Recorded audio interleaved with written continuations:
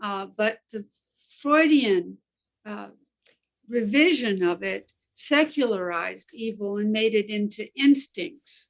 And so evil stopped to exist in a secular way. And so that we stopped, it's just superego problems or a lack of a superego. We stopped being able to assess evil. Welcome to the Neutral Ground. I want to begin with a word of warning. We're talking about a very serious topic today, a violent one. But I believe it's an important one for us to discuss: psychopathy and human evil. I want to read a passage from Flannery O'Connor's A Good Man is Hard to Find. Spoiler alert, this is the ending. Nonetheless, this is the only story of the thousands that I've read over the course of my life and career that genuinely frightens me. The only character that makes the hairs on the back of my neck stand up. The misfit.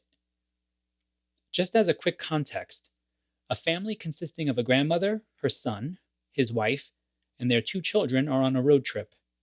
They get into an accident, and a car consisting of 3 men stop to see if they're okay. One of them is known as the misfit, a killer, a man who has been hurt and continues to hurt others. Here is the final exchange between the grandmother and the misfit. Jesus was the only one that ever raised the dead, the misfit continued, and he shouldn't have done it. He's shown everything off balance. If he did what he said, then it's nothing for you to do but throw away everything and follow him. And if he didn't, then it's nothing for you to do but enjoy the few minutes you got left the best way you can, by killing somebody, or burning down his house, or doing some other meanness to him. No pleasure, but meanness, he said, and his voice had become almost a snarl. Maybe he didn't raise the dead, the old lady mumbled, not knowing what she was saying and feeling so dizzy that she sank down in the ditch with her legs twisted under her. I wasn't there, so I can't say he didn't, the misfit said. I wish I'd have been there, he said, hitting the ground with his fist. It ain't right I wasn't there, because if I'd been there, I would have known. Listen, lady, he said on a high voice, if I'd have been there, I would have known, and I wouldn't be like I am now. His voice seemed about to crack, and the grandmother's head cleared for an instant. She saw the man's face twisted close to her own, as if he were going to cry, and she murmured, Why, you're one of my babies. You're one of my own children. She reached out and touched him on the shoulder. The misfit sprang back as if a snake had bitten him and shot her 3 times through the chest. Then he put his gun down on the ground and took off his glasses and began to clean them. Our guests this week are doctors Sheldon Itzkowitz and Elizabeth Howell. They have written a remarkable book entitled Psychoanalysts, Psychologists, and Psychiatrists Discuss Psychopathy and Human Evil, which we're going to discuss today. Dr. Sheldon Itzkowitz is an adjunct clinical associate professor of psychology and clinical consultant at the NYU postdoctoral program in psychotherapy and psychoanalysis, guest faculty, the Eating Disorders, Compulsions, and Addictions program at the William Allenson White Institute. He is on the teaching and supervisory faculty of the National Institute for the Psychotherapies and the Trauma Studies program of the Manhattan Institute for Psychoanalysis. Dr. Elizabeth Howell is on the faculty of the NYU postdoctoral program in psychotherapy and psychoanalysis. She is also faculty and supervisor in the Manhattan Institute for Psychoanalysis and the certificate program in trauma studies. She is also an honorary member of the William Allenson White Psychoanalytic Society, past co-director and faculty for the International Society for the Study of Trauma and Dissociation, ISSTD, professional training program on dissociative disorders. In addition to over 40 professional articles, her books include Trauma and Dissociation Informed Psychotherapy, Relational Healing and the Therapeutic Connection, Norton 2020, The Dissociative Mind, Understanding and Treating Dissociative Identity Disorder, A Relational Approach, The Dissociative Mind in Psychoanalysis, Understanding and Working with Trauma, and the work we're discussing today. Normally, here is where I would say, I hope you enjoy my conversation with our guests. But instead, it feels more appropriate to say, I hope you learned something from our conversation today. Elizabeth, Shelley, welcome to the Neutral Ground. How are you both doing today? Very well, thank you. Well, thanks, Joe. Thank you very much. Well, thank you so much for joining us today. We're going to be talking about a very serious mental health topic, one that requires a great deal of respect, both for the people who wrestle with these problems and for the people who are trying to help those in need. Our topic is psychopathy and human evil, and we're going to largely be connecting this discussion to your book, Psychoanalysts, Psychologists, and Psychiatrists Discuss Psychopathy and Human Evil. I want to begin by asking you both about the genesis of your study. Were there aspects of the discussion surrounding psychopathy that you felt were not being addressed or needed further clarification? Absolutely. Two things, I think. One is that it's such a glaring reality, but so often overlooked in our culture because of reasons that we may get into. But the other thing is that both of us are specialists in trauma and dissociative identity disorder. And so many of these people were abused by probably psychopaths. And so the source of the harm is often psychopathy, which tends to be so often overlooked. Well, in order to navigate through this discussion with some sense of order, we need to define some terms. What is psychopathy, and how does it differ, say, from something like sociopathy? Well, we've just been discussing that. So let me just start with, that they're really not, sociopathy is not really a valid clinical term. And some people really don't see much of a difference between the two terms. Some people do. And one of the authors that in our book that you mentioned in your email to us, Michael Stone, refers to sociopathy as psychopathy-like. Psychopathy itself is not defined in the DSM. The antisocial personality disorder is defined in the DSM, but that antisocial personality disorder is based partly on criminal behavior, and not all criminals are psychopaths. In fact, many of the people in prison are not. And so some of the definitions given by people like Otto Kernberg and Malloy are hinge on things like Kernberg views the absence of guilt and practically total absence of the capacity for non-exploitative object relations. And Malloy goes on and says psychopathy is distinguished by aggressive domination as the only way of relating, an aggressive mode of narcissistic repair, devaluation of others,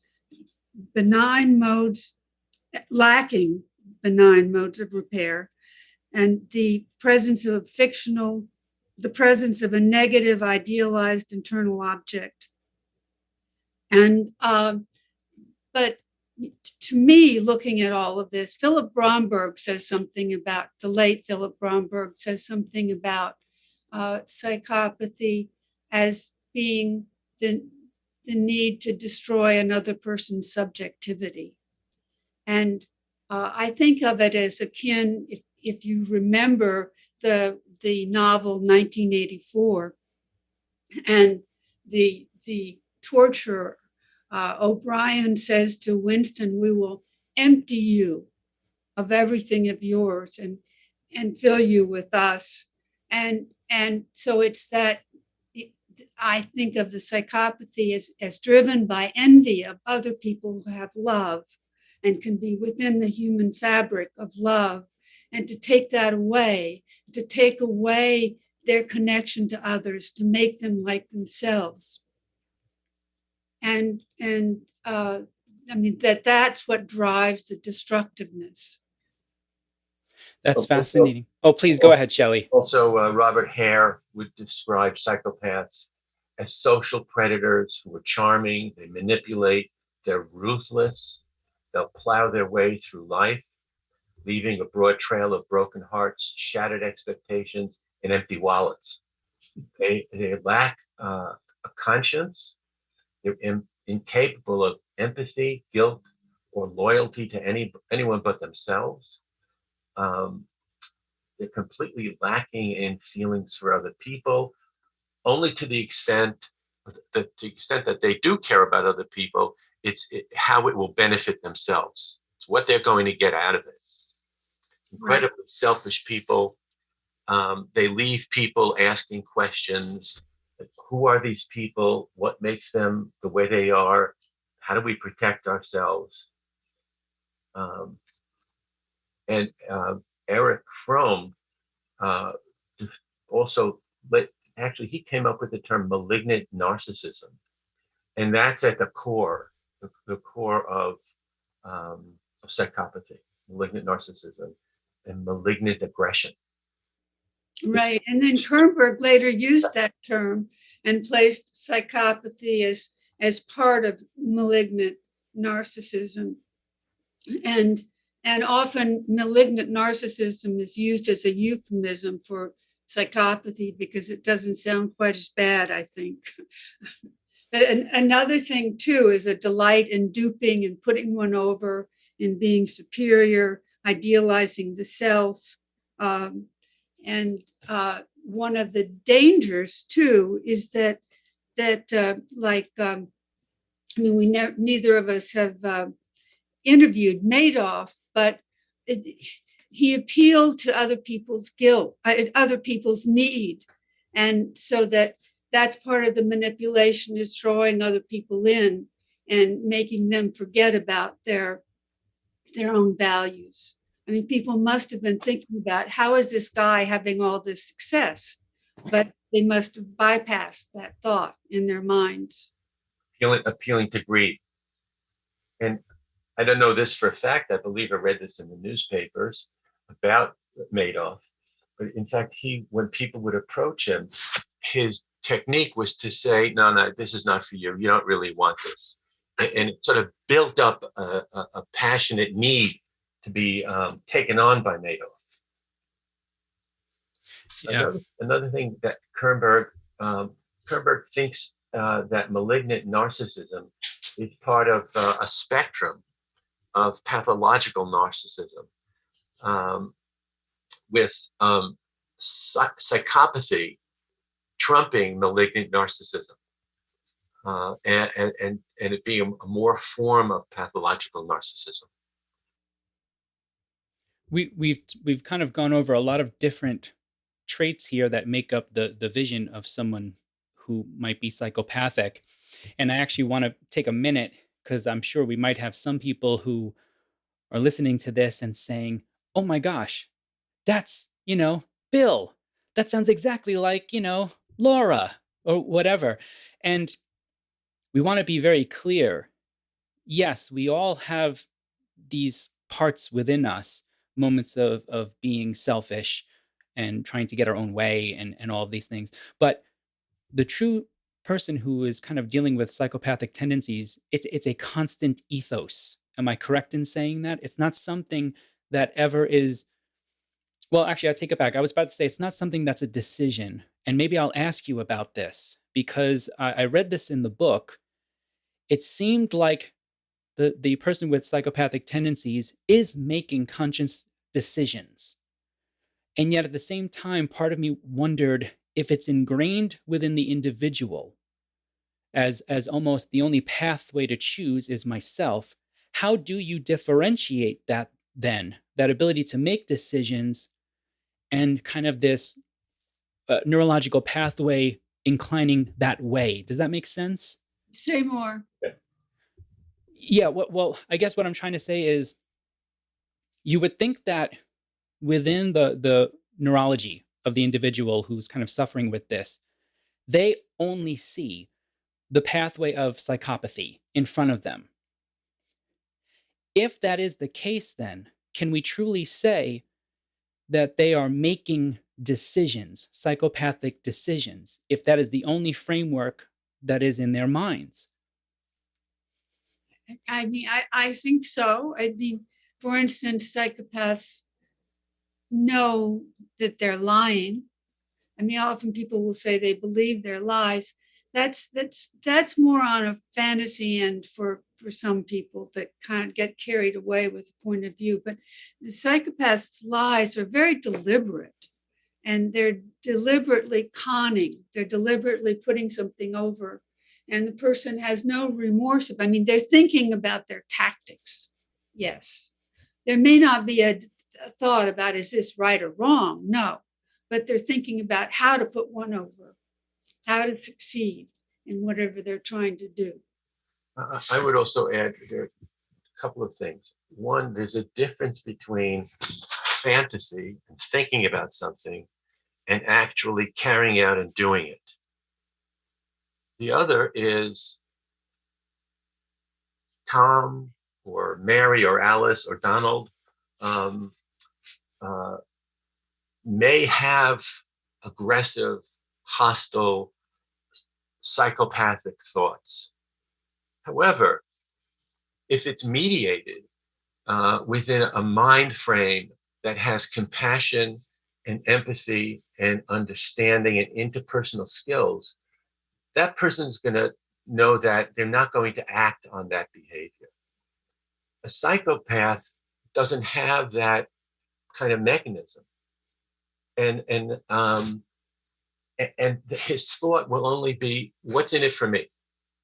What am I going to get out of this? Or how will this help me lead to my next powerful position? In terms of neurology, I'm not that up on the neurology, but what might be, some people make the distinction between psychopaths in being genetically based, sociopaths not. That's another distinction. But what is perhaps passed on genetically is the predisposition to being more aggressive, being more impulsive. Some of the traits and characters may be more heightened. Like when we talk about DID itself is not something that's inherited. What may be inherited is the capacity to dissociate. Thank you. Yeah, that's fascinating. And that makes me think that under that framework, that understanding, it can be quite detrimental to everyone involved to give them too much leeway, too much sympathy for what they're going through. It seems to be a better pathway even for healing, to attribute their decisions to their own understanding, their own thoughts and minds, as opposed to saying, well, it's not really them who's making these decisions. In some ways, that's just kicking the can down the road and making it more difficult later on, possibly to a really bad result. Yeah. We often, it's hard to conceptualize or really take in another person's, I mean, it's so stunning to really get someone's psychopathic behavior.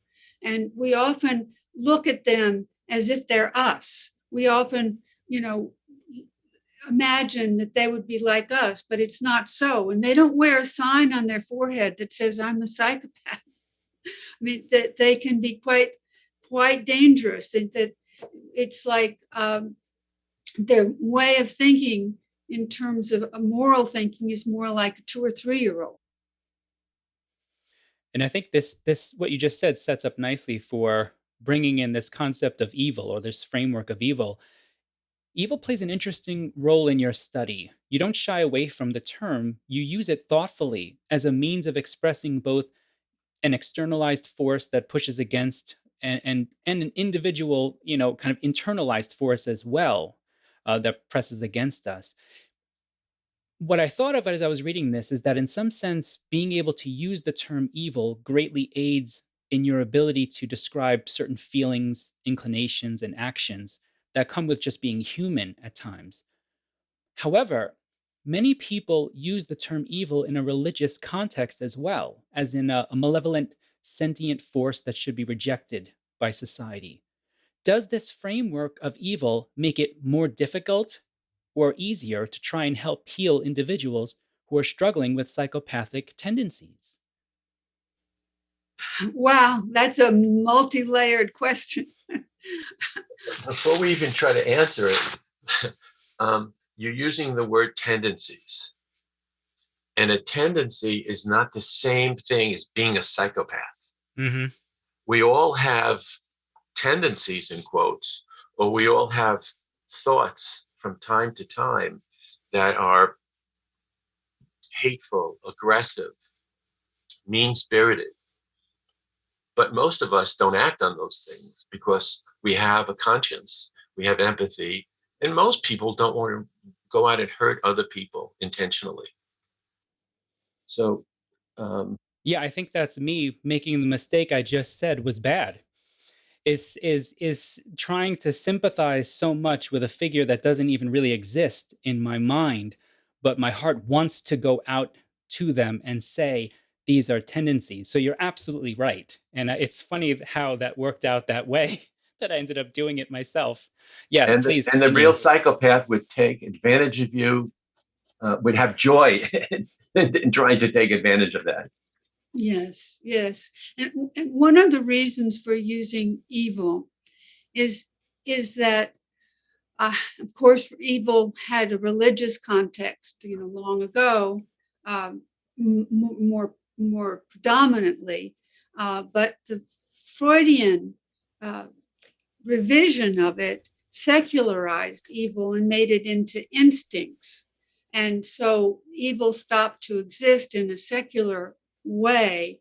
And so that we stopped, it's just superego problems or a lack of a superego. We stopped being able to assess evil. And so we felt that it was important to name it, and as something that is a real phenomenon. Did you find did you receive any kind of pushback from colleagues in using that term? And if so, what would be their objections? Well, Shelley got some pushback. A person made a comment that there is no such thing as evil. And so let me ground that in something we're actually seeing right now. Evil can be defined culturally. So the folks that flew the planes into the Twin Towers on 9/11 firmly believed that they were doing good. They were doing the work of Allah, and that they would go to heaven and be praised for it. While those of us, and most of the rest of the world, and most of us here in the United States, saw that as violent, evil acts. Think about what's taking place in the Ukraine right now. Most people see this as just a power grab for land to recreate a former Soviet Union, and trying to justify it by calling the Ukrainians Nazis. And the Ukrainians are fighting for their own land, their own culture, to remain independent and free. Yeah, and in some way, even with that, we're seeing the value of the term evil rhetorically because it can be used as a label that can shut something down very quickly, right? There's a reason why you can use these terms like Nazi, evil, because they immediately shut down the discussion and almost put the other person in a kind of paralysis. So even if someone doesn't believe in an entity of evil, there's absolutely cultural value, as you say, in having that term there for us to always be aware of? Well, let me ask you this, because I generally teach young undergraduates, in my career, and oftentimes I give them the option to choose paper topics. And invariably, I have students, especially for the past 4 to 5 years, who express a tremendous amount of interest in the topic of psychopathy or serial killers, mostly through what they see in movies or streaming platforms. So I'd like to spend a little bit of time here, if for no other reason than to get a certain grasp around something, if we can. There have been increased interest, or there has been increased interest through various medias in the psychopathic killer or serial killers. I've talked with my students for years about how we often create the monsters, and I use this term here very specifically. We often create the monsters that we believe we're most plagued by.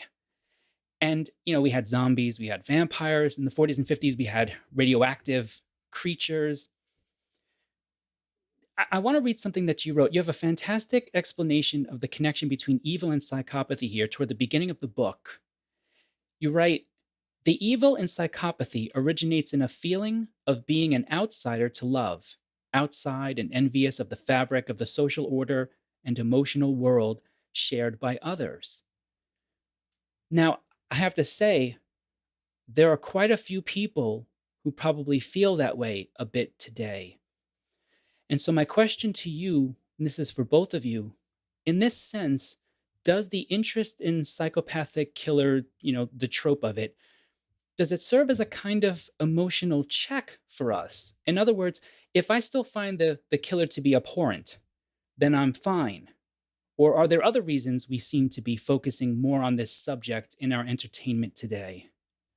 Mm. Wow, that's such a powerful question. One thing about psychopaths that Reid Malloy has done a lot of research. His book Psychopathic Mind is probably a landmark. He and Robert Hare in The Lack of Conscience.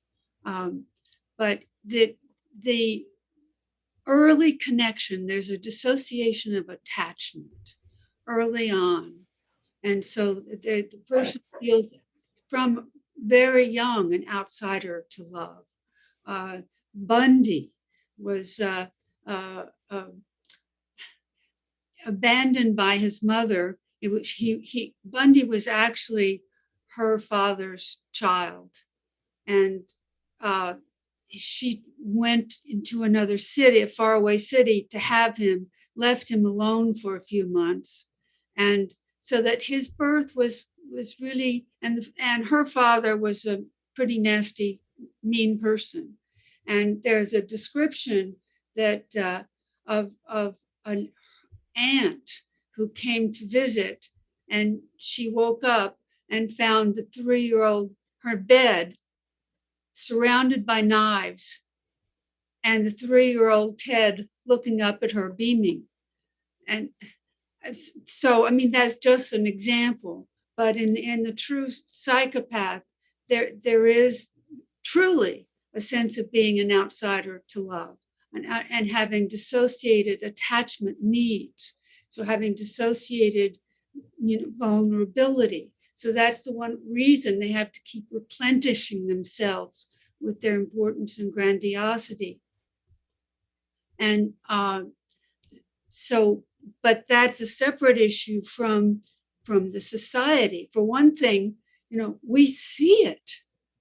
The psychopathic killer is all around. It's not safe for kids to go to school. It's not safe to go worship in a church or a temple. It's not safe to go to the grocery store, and it's not safe to be Black. So we don't know whether the killer in Uvalde was a psychopath. It would take a lot of interviews, but we do know that he was shamed and bullied as a child, and he was a bully himself. That his stepfather and mother were having fights, and he was in a very disturbed family environment. He was then living with his grandmother. And, who knows, maybe the grandmother tried to put limits on him, but maybe he snapped. Well, we don't know. We don't know. Whereas the guy in Buffalo, this was premeditated. And so there's so many different, but it's it's almost a cultural ideal. It's something that, since that's one reason we use the word evil, because we need to grab a hold of it, because, the Gordon geckos of, greed is good, that we're in danger of, one thing about the Freudian theory, maybe I'm all over the place, but is in identifying evil as instinct and saying, well, it's okay, we just need to understand it, is that then it takes it away from a moral compass. And when the moral compass is gone, but the success is admired, then we have a social problem. So bump it up a notch towards normalcy.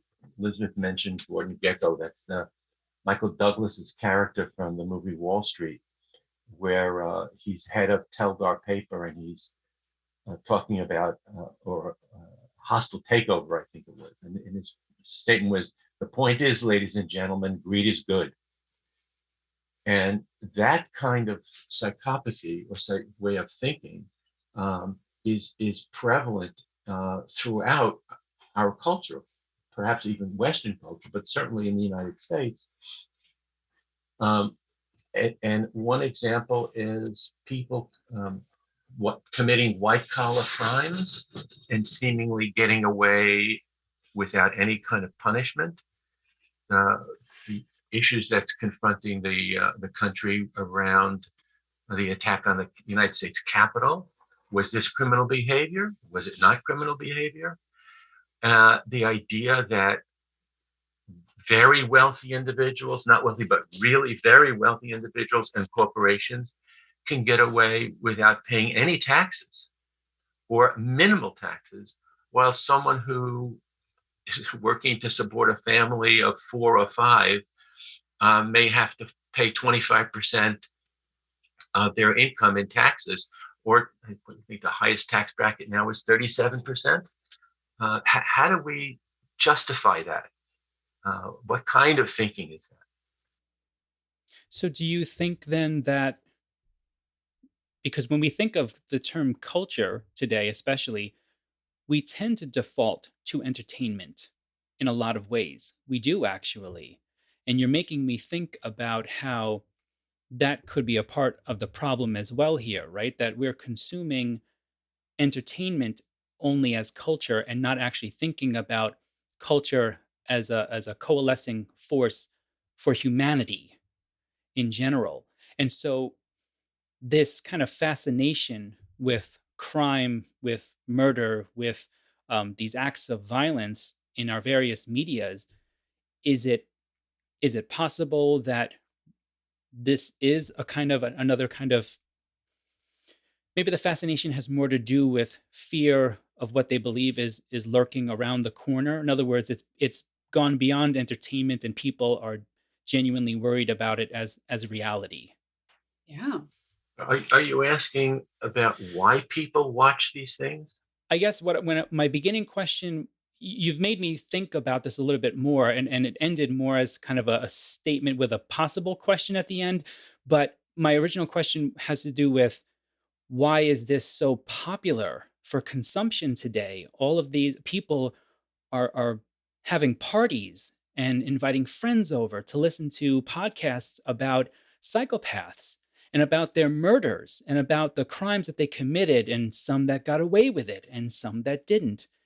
And there's always something for me of interest in, why are we consuming these particular monsters, right? So the zombies to me seemed like an easy one. We see ourselves as feeling a bit dead. We're working as a herd, just moving together in some sense. That's very surface level stuff.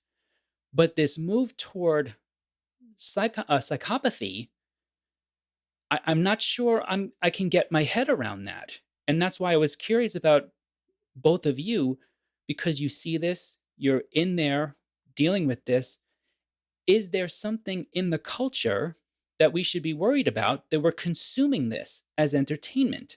Yes, and I'm understanding your question better now too. I think there's such a prevalence of shame, especially for males, that uh, one study found that just holding a gun made a person feel more powerful, and that there's so much shaming and bullying in schools, and for boys, they're trained to be more independent and to cut off ties of affection to their mothers, much more than girls. And there are only so many people who can be top of the heap. And with success so defined and males being pushed to have success, there's a tremendous amount of shame. And as you can see by looking around, a tremendous amount of rage. But one of the results of unprocessed shame that some people have been looking into, like Melvin Lansky and Helen Black Lewis, who was deceased, but is that shame that is not processed turns into rage. And unless you can find a way to process both of those, it can be acted out because you don't know what it is. Right. It's not only that, it's that, and also shame is a cause of dissociation.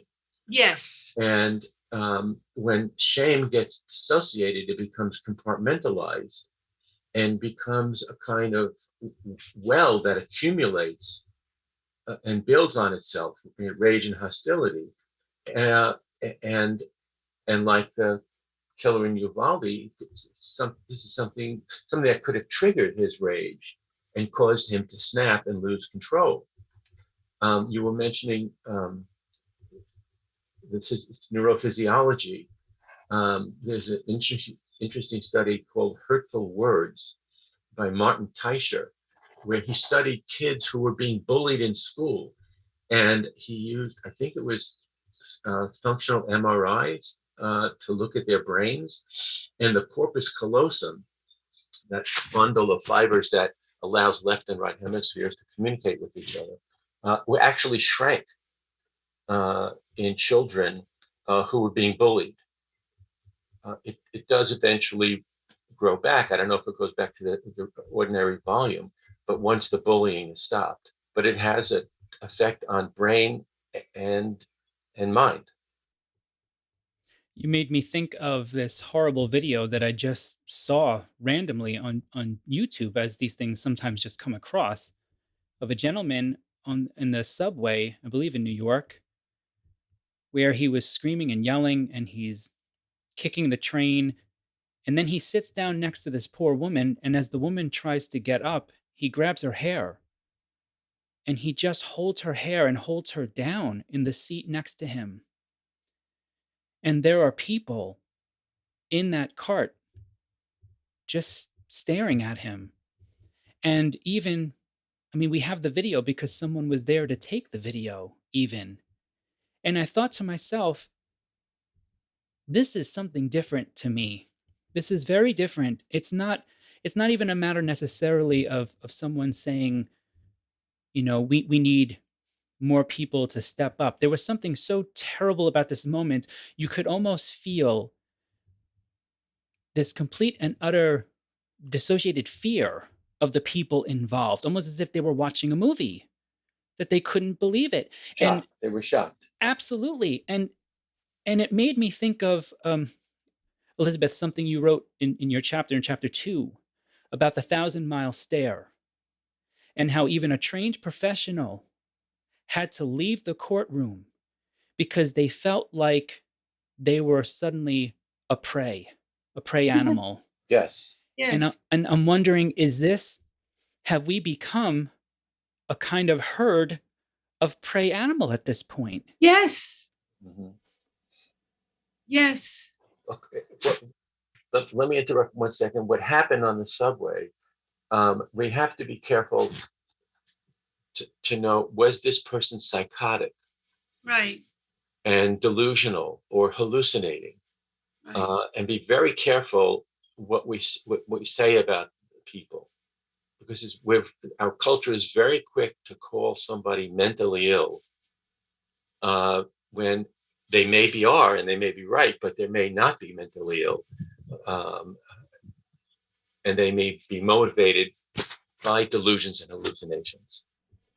Yeah, thank you. But there's a study by Malloy in which he had clinicians track their physiological responses as they were interviewing psychopaths. And they described things like their hair was standing on end. They described things like feeling, kind of electric. They had distinct physiological responses of terror, but they didn't think about it until they were instructed to think about it. I mean, so that we do have these instinctual responses to a predator. But we also, what you're saying is we dissociate them. Yes. And so, but it's important to pay attention to it. And that Michael Stone in his chapter also talks about his experience in court testifying and looking at a psychopath at his lawyer's table, getting that 1,000-yard stare. That was so frightening. He had to ask the judge for a few minutes because he needed to go to the bathroom. And it's that stare that they're kind of looking at you and they're looking right through you. Or you can see that the level of hatred and rage, murderous rage, it's terrifying. It really is. If you've ever experienced it, it's terrifying. And the second part to the story about Stone is that he then found out that the psychologist who had testified before him had exactly the same experience and had to go to the bathroom. Wow. And so there is something to be said here for these biological instincts that are within us, that as much as we want to be sympathetic to all, in some sense, there are survival instincts built within us that sometimes we need to actually pay attention to and listen to. Yes. Wow. Joe, you're also wondering, why are we fascinated? Why are people fascinated by this? That's what I'm hearing. How do we understand that people want to see this, want to watch these movies? Yes. And that's exactly the thing, is because to me, it's not entertaining. To me, it's horrifying. And in some ways, I'm always fascinated, though, by what we consume, because there is something to be said for capitalism's ability to showcase what are we interested in, what are we willing to put our time, money, into here. And clearly, there is a large swath of people who are fascinated and want to hear about these psychopaths and their murders and their deeds. And I want to put my finger on what that is that makes them excited about it. And this is not to necessarily, I want this to go beyond shaming them. That's not the point, actually. I often tell my students, this is not about shaming when I bring up something like this. It's about, I want you to be consciously aware of your body and your mind. Where is it going when you're consuming these things in front of you? Are you excited? Are you frightened? Are you interested? Right? Like, I'm interested, but I'm definitely not excited. I'm horrified by it. And so I am very much fascinated in whether or not we will even bother working through how we're feeling collectively about these psychopathic killers. Partly it could be trying to understand, and we don't really have the tools to understand. That's one of the reasons we wrote the book. But also, Joe, you're talking about entertainment, and one of the things that I think we need to understand is people who watch these kinds of movies are perhaps unconsciously looking for a certain kind of nervous system stimulation, a kind of an emotional arousal that get themselves excited, frightened. People who enjoy getting that kind of emotional jolt. It certainly makes people feel alive. You're talking about zombies being emotional, having to do with emotional deadness. This certainly brings people to life. And it also, I think, helps people remind them who they are not. Yes. I am not like you. Mhm. Well, Yeah. Stephen King, who's I mean, I think he's a great writer, but if you think of Carrie, well, she was shamed in school, right? And then she had the combination of this psychic ability and the fact that she had been so humiliated. So she turned the tables. So people can identify with that, right? Right? You can identify all around. And and but it was terrifying, but it was a story that spoke to us. I think I hadn't thought of it that way in terms of searching for that stimuli. However, my own research, something I'm actually working on right now, has to do with awe, the effects of awe on us. And specifically, I'm fascinated by, of all things, how the Marvel Cinematic Universe, the movies, how they were able to lead an entire fan base, millions of people, toward these moments of awe where you have individuals crying in the theater at seeing Captain America lift a hammer. And in my own classroom, I had this one student who hadn't said boo all semester. He's telling me I was crying when I saw him do this. And that led me to think, well, what is going on here? Are we searching for ways to be moved in some way, to transcend, let's say, the I don't want to say banality, but the to transcend where we are, where we feel like we're stuck and can't move. And so looking for an external stimuli through these, that makes a lot of sense to me. It does.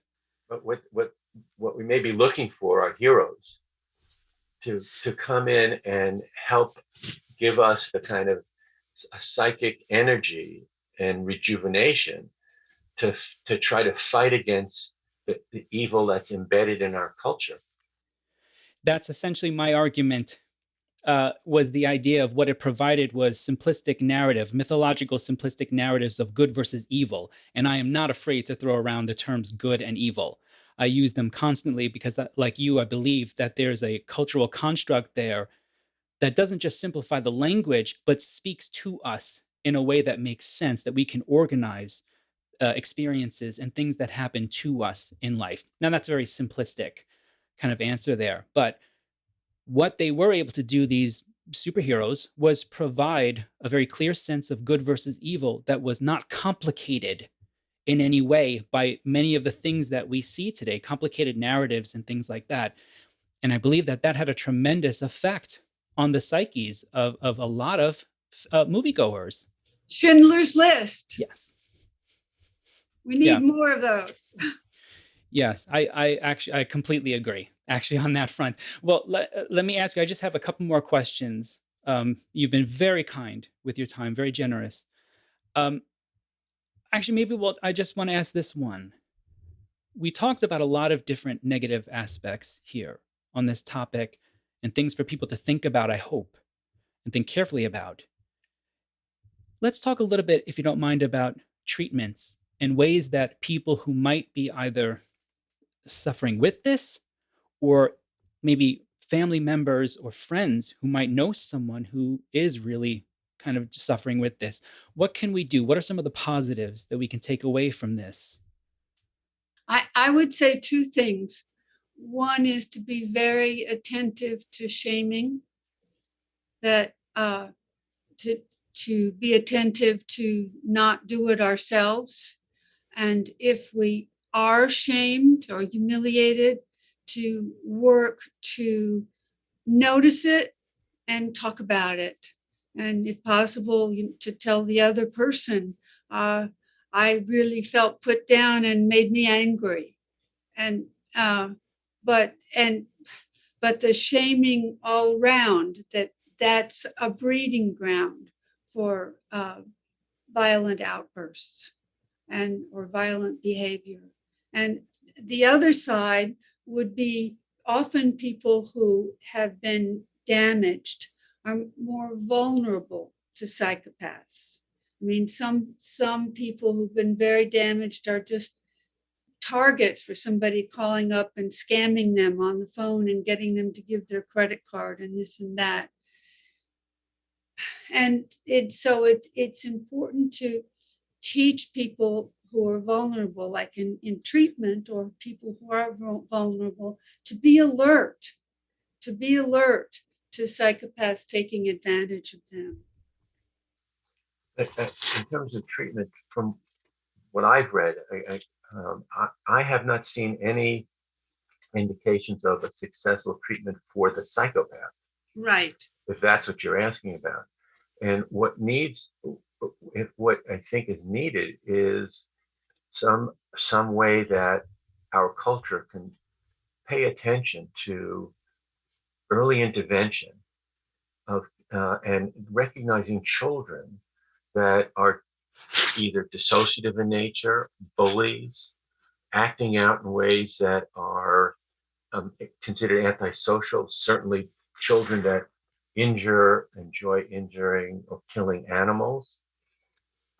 Those are early signs of serious potential problems, which emerge from attachment-based trauma and attachment issues. So you have a kid that's coming from a damaged home with troubled parents. So if you're thinking of intervention is not only for the child, but it has to be for the family. And for the society. Yeah. And so one of the problems for psychopaths in treatment is that they learn the buzzwords. Yeah. That they can make it sound like they're doing well, but they're actually just putting one over. In the same way that a psychopath can suss you out and know what your needs are, and they can appear to be the perfect boyfriend, perfect girlfriend, perfect lover, and best friend, but it's all a ruse. It's all a ruse because they want to get something from you. So as Elizabeth said, they learn the buzzwords and they become perfect patients, and they appeal to the narcissism of the therapist, and the therapist thinks they're doing a great job when the psychopath is just lying all the time. And I think you probably see that a lot in people who are incarcerated, who are psychopaths that are incarcerated. They just want to get out. Right. Reed Malloy writes a lot about that, and how he is the expert, was often conned by people who pretended to be interested in topics he was interested in and flattered him, etc.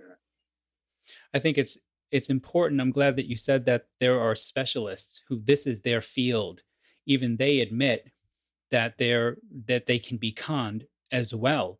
And it shows you just how important it is for us to, in many ways, move together as a culture, right? Because maybe they get you, but maybe your friend sits there and says, I don't like this.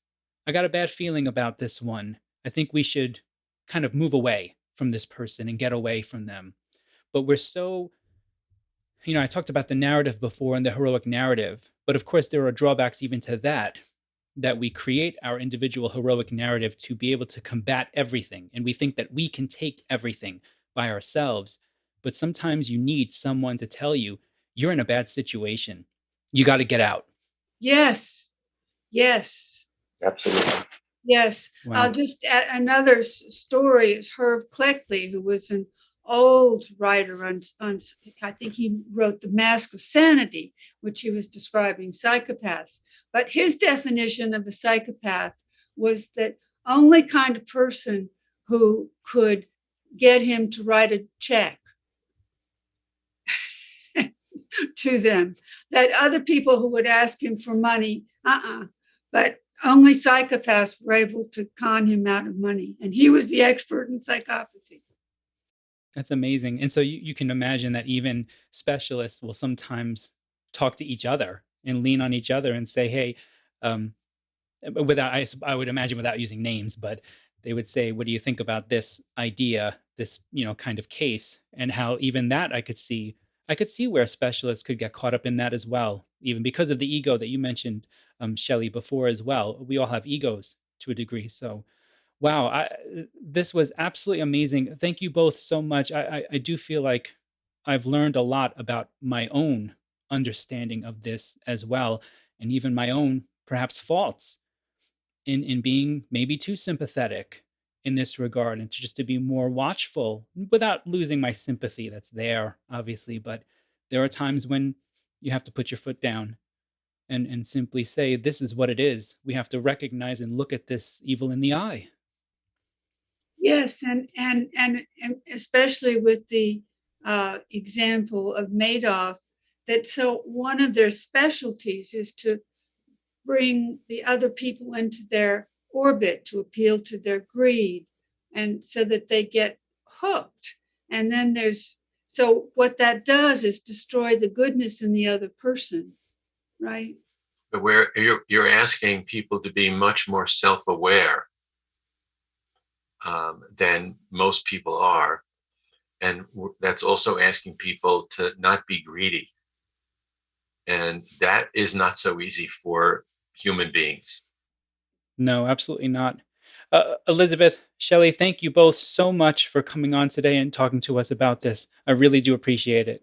Thank you for inviting us. Thank you. Well, I hope you learned something from our conversation today. I know I did. I think Shelley was right to call me out on my use of the term tendency as being problematic. I hadn't actually thought about that before.